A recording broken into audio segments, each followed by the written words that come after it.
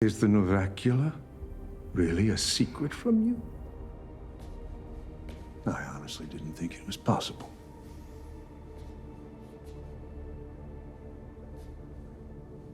I have it. Maybe you'd like to see it. So I guess the Novacula is finally going to get put to use. Or at least, that's how it looks. Because in this episode, you can just tell Dusk, clearly done holding back. One brother betrayed him, another's missing. And the council, the same people he's been doing favors for, are paying him back by feeding his planet to a pirate. And all of this is happening with just 49 hours left until his ascension. He walks into the decanting chamber and doesn't ask for permission. He tells Demerzel point blank that what they need is in fact a weapon, and not another clone. Now mind you, this was during the time when Demerzel was gearing up to decant a new dawn, and then suddenly he mentions the Novacula, and you can instantly see the surprise on Demerzel's face. Personally, I was shocked too, not because of the Novacula itself, but because I thought Demerzel already knew about it. I thought she knew and was just waiting for the right time to either shut it down or use it, but apparently she didn't. But then also, if this season has taught us anything, it's that there's a lot Demerzel's been blindsided by. And once again, she's hearing about something monumental she didn't already know. And I think Demerzel should be a little worried about that. Because if Dusk could hide a planet-killing bomb right under her nose, then what else is slipping through her grip? We already know a few things she's blind to. So how many more are out there, just waiting to blow up in her face? And another thing I find interesting is the details of the timing. This wasn't some last-minute panic plan. Dusk started building the Novacula the day he became Dusk. Not out of fear, but because he knew the man replacing him wouldn't be up for the job. And Demerzel knew it too. Dusk just had the guts to act on it, when everyone else, including Demerzel, wouldn't. So he built a backup plan, one that would outlive them both. And what's even scarier, he didn't build it alone. Dusk had help from Ely Carvis, and some other people he trusted enough to keep this whole thing buried, even from Demerzel, which means there are others inside the Empire who've already chosen a side, and it's not hers. And I don't think Dusk necessarily built the Novacula to destroy the galaxy. I think he built it to scare the galaxy into submission. But then again, I guess some would argue, why go through all that, just not to use it, right? But I think it's the same way countries build nuclear weapons today. Not because they actually plan to use them, but because just having one keeps everybody else in check. Also, Dusk said it was supposed to be a gift for Dawn. But now, with only 49 hours left to live, and with everything falling apart, I guess this might end up being his parting gift to Demerzel. Now whether they end up using it together before his ascension, or Demerzel's the one who gets to use it after, that's something we'll find out in the last 2 episodes. Dusk's legacy, play, and why it's personal. So let's go back to where the whole conversation around actually using the Novacula really started.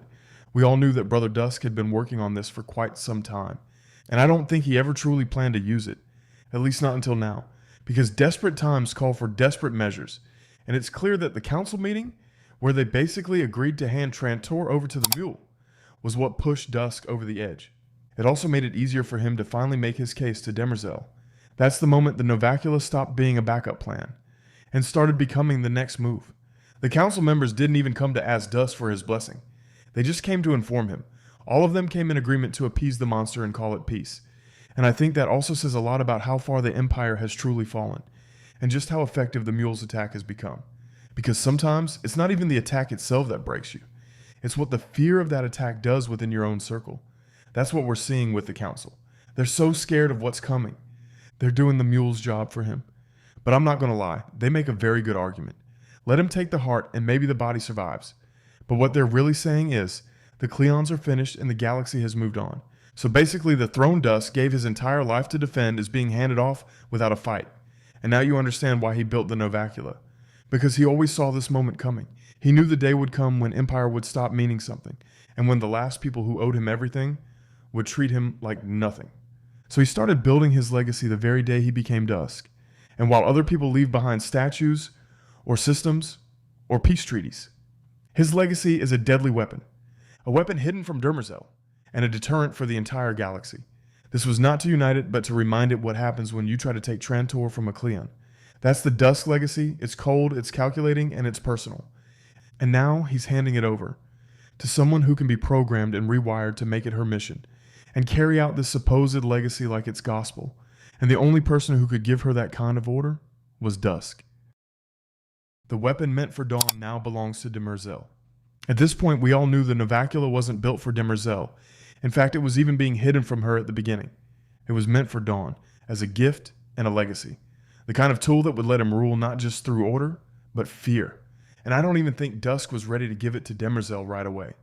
Even after learning Dawn was dead, the Novacula still felt like a gift for him, like a symbolic passing of the torch.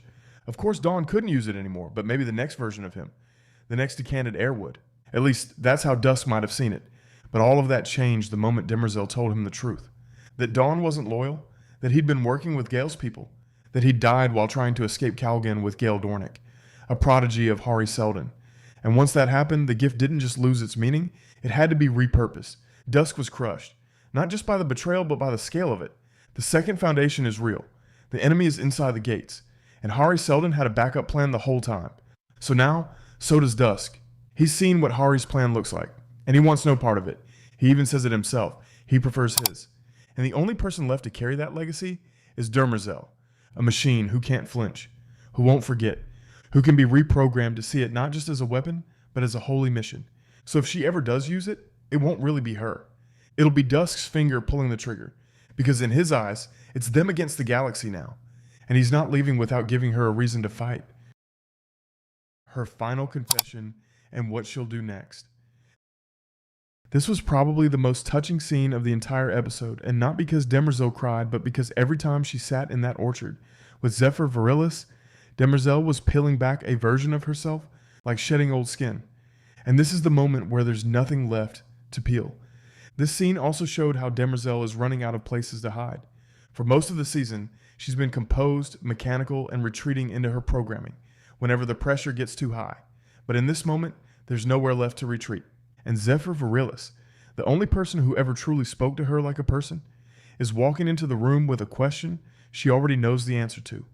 That question hits different when it's not coming from a Cleon. Virilis isn't trying to manipulate her. She's not trying to control her. She's offering a way out, a home and a new identity. But Demerzel turns it down. She says she can never return to the Maiden, and she never explains why. But the truth is, she doesn't need to, because we already know what's happening here. She's not just rejecting Virilis, she's rejecting the part of herself that still believes she could be more than what she was built to be. I also knew they were going to part ways the moment Virilis stepped in and supported the Council's plan to hand Trantor over to the Mule. She tried to frame it as diplomacy, saying the Empire could still survive just on a smaller scale. But Demerzel didn't take that lightly.